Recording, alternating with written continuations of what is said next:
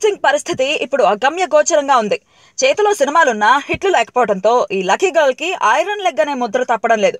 ఒక్కసారిగా star heroine గా మారి బడా కథానాయకులకు సైతం చెమట్లు పట్టించింది రకుల్. సమంత, కాజల్, తమన్నా వీళ్ళంతా తట్టా బుట్టా సర్దుకోవాల్సిన పరిస్థితి ఏర్పడింది. అయితే రకుల్ పరిస్థితి ఇప్పుడు రివర్స్ అయింది.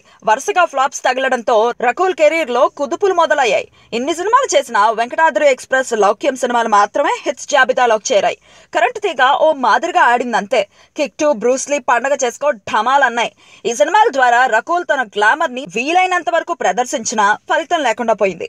రకుల్ చేతిలో ఉన్నది ఒకే ఒక ఆశాదీపం, నాన్నకు ప్రేమతో. ఈ సినిమా సంక్రాంతికి విడుదల కాబోతోంది.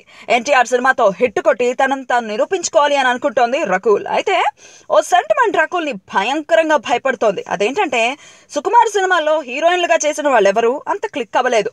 ఒక్క తమన్నాని మినహాయిస్తే సుక్కు సినిమా తర్వాత వాళ్లకు కెరీరే లేకుండా పోయింది. ఇప్పుడు కొంపతీసి నా పరిస్థితి ఇంతేనా అంటూ రకుల్ కంగారు పడిపోతోంది. ఈ సినిమాని హిట్ చేసి నన్ను కాపాడు అంటూ భగవంతుణ్ణి కోరుకుంటోందట రకుల్. మరి రకుల్ ఫేట్ ని ఎన్టీఆర్ అయినా మారుస్తాడో లేదో చూడాలి.